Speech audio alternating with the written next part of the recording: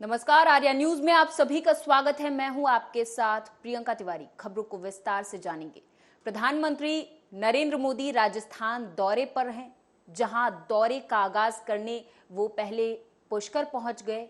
यहां पीएम मोदी ने ब्रह्म मंदिर में पूजा अर्चना की, जिसके बाद वो अजमेर पहुंचे और जनसभा को संबोधित किया। इस दौरान पीएम ने कांग्रेस पर तंज कसा कि कांग्रेस झूठी गारंटी देती है। आप भी सुने। कांग्रेस ने इस देश को गरीबी हटाने की गारंटी दी थी और ये गरीबों के साथ किया गया कांग्रेस का सबसे बड़ा विश्वासघात है। कांग्रेस की रणनीति रही है कि गरीबों को भरमाओ, गरीबों को तरसाओ। यहां राजस्थान के आप लोगों ने भी इसका बहुत नुकसान उठाया है। साथियों, कांग्रेस ने किस तरह देश की करोड़ों महिलाओं और बच्चों के जीवन से खिलवाड़ किया, इसका उदाहरण कांग्रेस के समय चीला टीकाकरण अभियान है। जब कांग्रेस की सरकार थी तो देश में टीकाकरण का दायरा सिर्फ 60% के आसपास ही पहुंच पाया था। झूठ बोलना आता है और आज भी कांग्रेस यही कर रही है। साथियों, कांग्रेस ने वीरों की इस धरती और यहां के वीरों के साथ भी हमेशा धोखा किया है। एक कांग्रेस ही है जो 4 दशक तक वन रैंक वन पेंशन के नाम पर हमारे पूर्व सैनिकों से विश्वासघात करती रही। कागजों पर सिर्फ 500 करोड़ रुपए रखकर कांग्रेस कहती थी कि वो वन रैंक वन पेंशन लागू करेगी, जबकि इसके लिए हजारों करोड़ रुपयों की जरूरत थी। भाजपा सरकार ने न सिर्फ वन रैंक वन पेंशन को लागू किया, बल्कि पूर्व सैनिकों को एरियर भी दिया। वन रैंक वन पेंशन लागू होने के बाद 18,000 करोड़ रुपए से ज्यादा की राशि एरियर के तौर पर पूर्व सैनिकों को मिली है। कि देश में जो विकास के बड़े बड़े काम हो रहे हैं, उसके लिए ये मोदी इतने पैसे लाता कहां से है?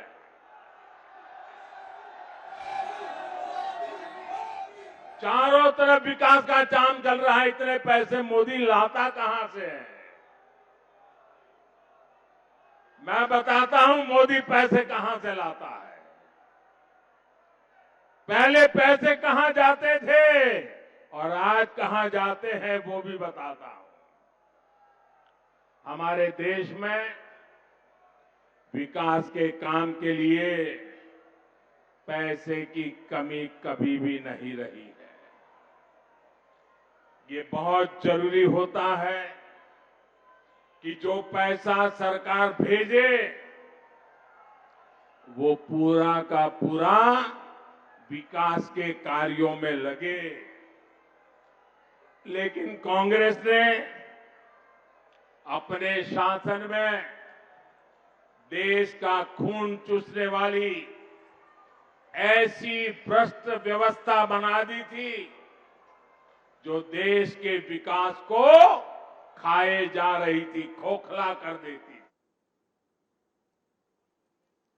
यूपी के सीएम योगी आदित्यनाथ ने गुरुवार को राज्य आपदा प्रबंधन प्राधिकरण यानी एनडीएमए के नए भवन का शिलान्यास किया और कहा कि सरकार के प्रयास से आपदा प्रबंधन के क्षेत्र में उल्लेखनीय सफलता हासिल हुई है। योगी ने बताया कि प्रदेश के सभी 75 जनपदों में आपदा मित्रों की तैनाती होगी। आप भी सुने।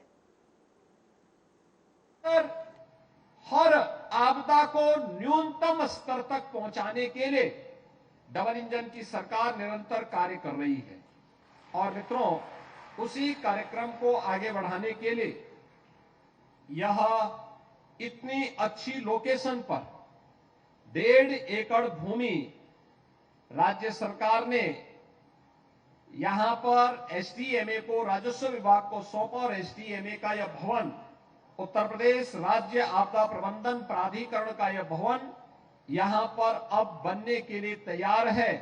आज यहां पर इस पूरे भवन की जो लागत है, यह 66 करोड़ 40 लाख की लागत से यह भवन यहां पर बनेगा। इसमें वे सारे प्रबंध किए जा रहे हैं जो वास्तव में किसी आपदा प्रबंधन से जुड़े हुए संस्थान के साथ दिखने चाहिए। वे सभी यहां व्यवस्थाएं इसके साथ की जा रही हैं और इस भवन का काम होगा कि जहां आपदा मित्रों को वह ट्रेनिंग के कार्यक्रम के साथ जोड़ सके, अवेयरनेस के कार्यक्रम के साथ बड़े पैमाने पे हर स्कूल को, हर ग्राम पंचायत को, हर वार्ड को जोड़ सके। वहीं साथ ही साथ यह भवन यह भी कार्य करेगा कि कोऑर्डिनेशन का काम, बाढ़ के समय भी एनडीआरएफ हो या एसडीआरएफ, पीएसी की फ्लड यूनिट हो या फिर यहां पर उपस्थित आपदा मित्र जैसे स्वयंसेवक, ये पूरी जी जान से लग करके, प्रशासन के साथ लग करके, पुलिस के साथ लग करके, जनप्रतिनिधियों के साथ लग करके जनधन की हानि को रोकने के लिए प्रभावी कदम उठाते हैं। और आज उसका परिणाम है कि बाढ़ आती है, लेकिन लोगों को एहसास हो जाता है कि बाढ़ आई है तो सरकार की राहत भी साथ साथ आ रही होगी। समय पे नौकाओं को पहुंचाना, बाढ़ बचाव के पहले जो भी कदम उठाए जाने हैं सरकार उसकी समीक्षा भी करती है, साथ साथ आसन्न चुनौती से निपटने के लिए भी अपने आप को तैयार करती है। आज उसी का परिणाम है कि जहां ये कदम उठाए गए हैं, वहीं साथ ही साथ प्रदेश सरकार ने अन्य अनेक कार्यक्रम उठाए। उत्तर प्रदेश पहला राज्य है जिसने आपदा से निपटने के लिए उन बहुत सारी श्रेणियों को भी आपदा प्रबंधन के दायरे में ले आया है और उन्हें राहत भी उपलब्ध कराई जा रही है। जैसे मानव वन्य जीव संघर्ष का मामला है। पहले मैं देखता था पीलीभीत में, लखीमपुर में, बहराइच में, तराई के जंगलों में किसी किसान या किसी नागरिक को वन्य जीवों से संघर्ष हो जाता था और जनहानि होती थी, उस परिवार को कोई भी कंपनसेशन नहीं मिलता था।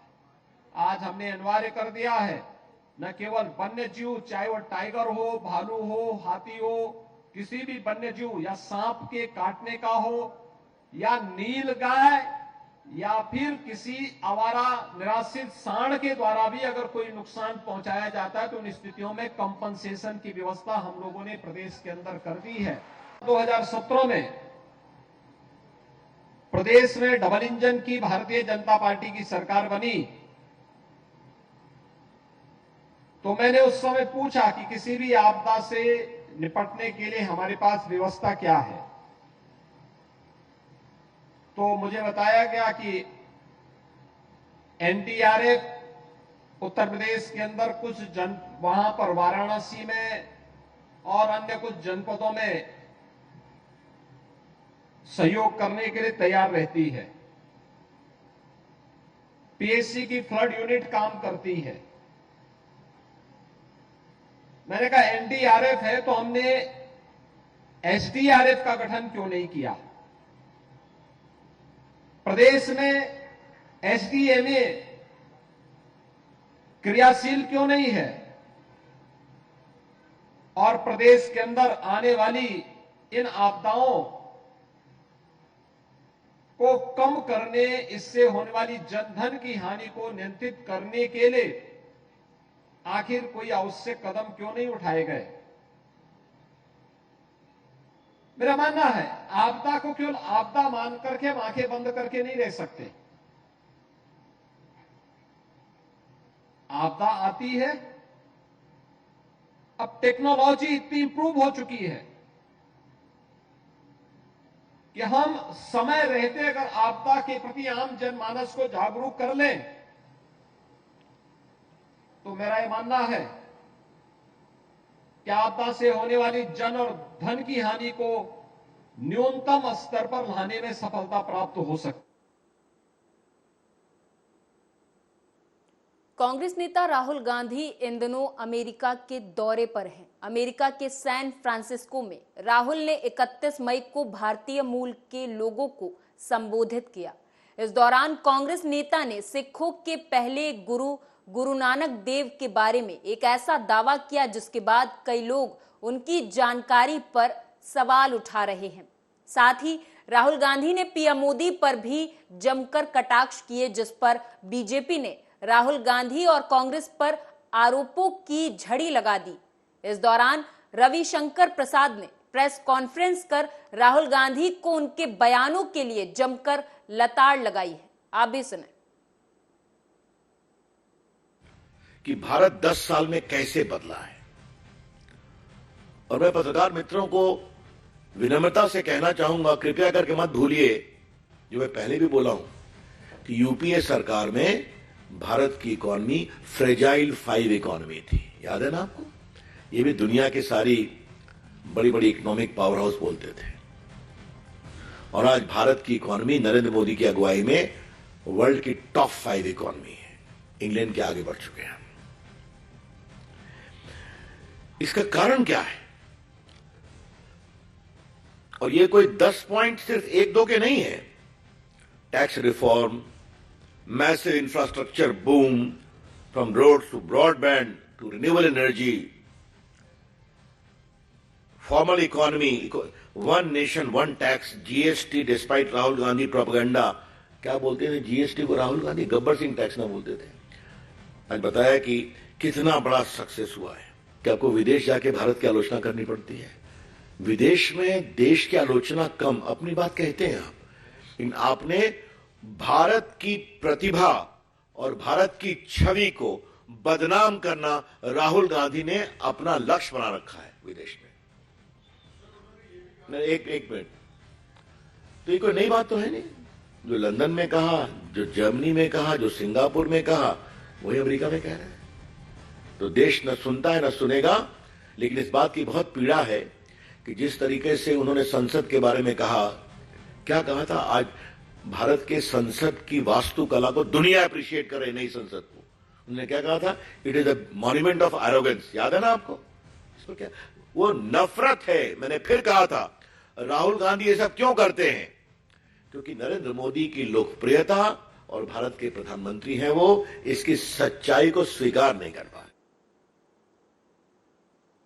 भोपाल गौरव दिवस पर एमपी के सीएम शिवराज सिंह चौहान ने कहा कि अगले वर्ष से भोपाल गौरव दिवस पर 1 जून को भोपाल में अवकाश रहेगा। आने वाली पीढ़ी भोपाल के इतिहास से रूबरू हो सके, इस उद्देश्य से भोपाल के इतिहास पर केंद्रित शोध संस्थान की स्थापना की जाएगी। दरअसल भोपाल गौरव दिवस पर भोपाल गेट पहुंचकर सीएम ने सफाई मित्रों का सम्मान किया। उन्होंने भोपाल विलीनीकरण दिवस की शुभकामनाएं दी। आप भी सुने। और लाडली लक्ष्मी केवल योजना नहीं है, बेटी लाडली लक्ष्मी एक ब्रांड है बेटियों की सशक्तिकरण का। सशक्तिकरण तुमको दिखाना है ये करके। हम लाडली लक्ष्मी हैं तो जरा हटके, पढ़ाई में भी आगे, खेलों में भी आगे, इनोवेशन में भी आगे। मैं चाहता हूं तुम में से अलग अलग क्षेत्रों में जाएं बेटियां। Doctor, engineer, professor, chartered accountant, scientist, sportsman, बेटी अपने स्टार्टअप्स वगैरह शुरू करे बाद में, अभी नहीं कर रहा, 12th में है तो 12th की एजेंसी नहीं होती, लेकिन उसके बाद इंडस्ट्री डाले, बड़े सपने देखो। पंखों से कुछ नहीं होता, उसको से तो उड़ान होती है। जो जैसा सोचता और करता है वो वैसा बन ही जाता है। तुम जो चाहोगी बन जाओगी, बस भरोसा रखो। मैं लाडली लक्ष्मी हूं, मामा की लाडली, मैं ये बन के दिखाऊंगी। ये संकल्प अगर मन में ले लिया तो बड़े से बड़े पदों पर पहुंचोगे, बड़े से बड़ा काम करोगे। देखो जिंदगी का मतलब क्या है, एक उद्देश्यपूर्ण और सार्थक जीवन जीना, एक अच्छी जिंदगी। और अच्छी जिंदगी में ऐसी तो उद्देश्यपूर्ण। अपने लिए तो सब जीते हैं जी, कीट पतंगे पशु पक्षी भी जीते हैं, अपने लिए जिए तो क्या जिए, अपने साथ साथ औरों के भी काम आए। देश समाज अलग अलग क्षेत्रों में बढ़िया काम करें। और जब कोई लाडली लक्ष्मी ऐसी सफलता हासिल करेगी तो सबसे ज्यादा खुशी अगर होगी तो तुम्हारे मामा को होगी। मैं गर्व से कहूंगा ये मेरी लाडली। बताओ मेरे लिए सबसे ज्यादा खुशी का पल कौन सा होता है? जोर से बोलो ना। जब मेरी बेटियां मुझसे मिलती है, अभी मैं देख रहा था किताब, एक छोटा सा फोटो है इसमें,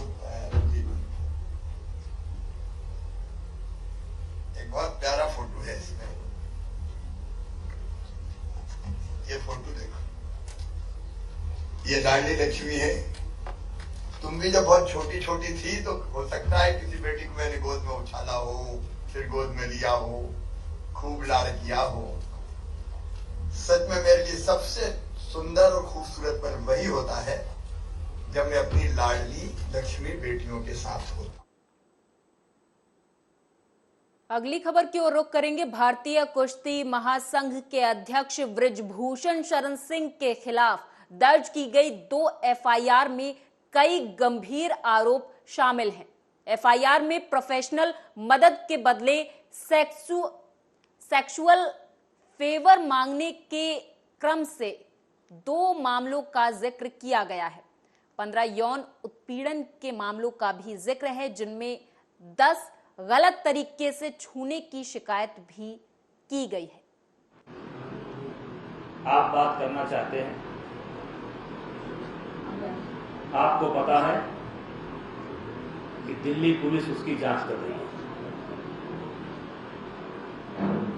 आपको ये भी पता है कि 18 जनवरी को पहली बार जब ये लोग धरने पर बैठे थे, पहले इनकी कुछ डिमांड थी, बाद में इनकी कुछ डिमांड हुई, और हम इतना कह सकते हैं कि लगातार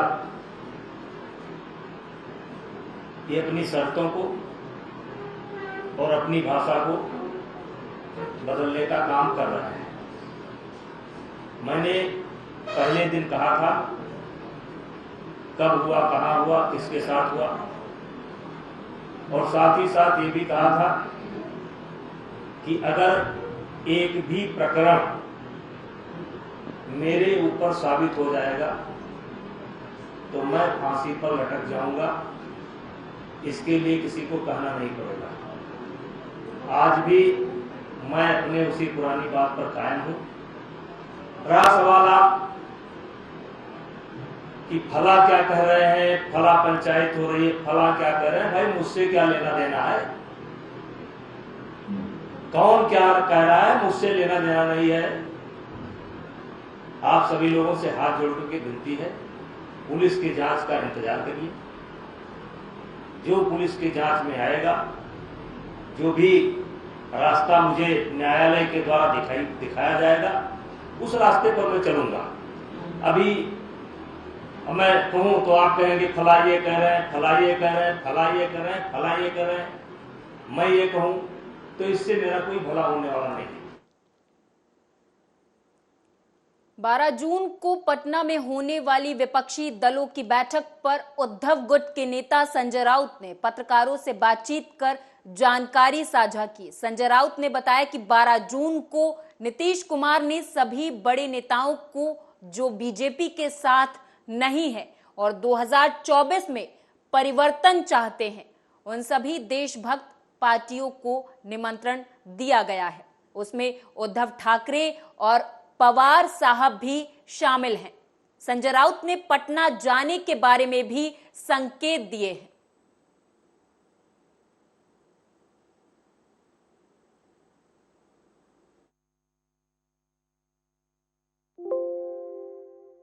बात ऐसी है कि 12 जून को नीतीश कुमार जी ने सभी बड़े नेताओं को निमंत्रण दिया है।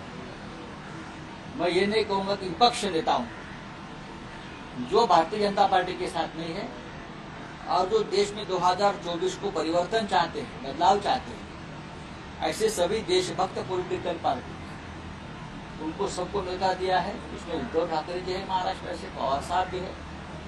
मुझे लगता है हम पटना जाने के बारे में सोच रहे हैं।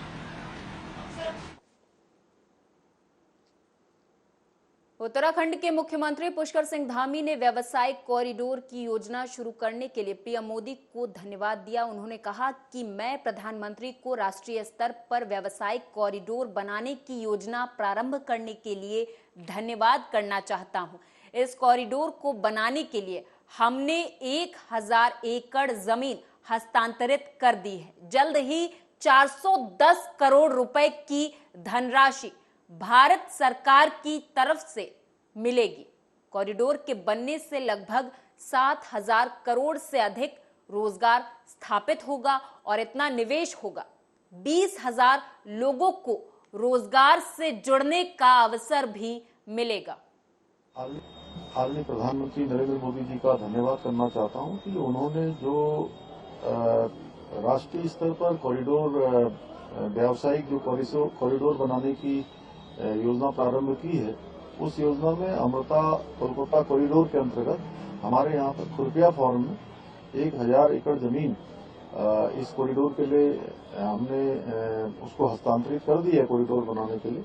जल्दी ही 410 करोड़ रुपए की धनराशि भारत सरकार से मिलेगी और इस कॉरिडोर के बनने से लगभग 7000 करोड़ से भी ज्यादा का यहाँ पर रोजगार स्थापित होगा और इतना निवेश होगा। इसके साथ साथ 20,000 लोगों को रोजगार से भी जुड़ने का अवसर भी मिलेगा।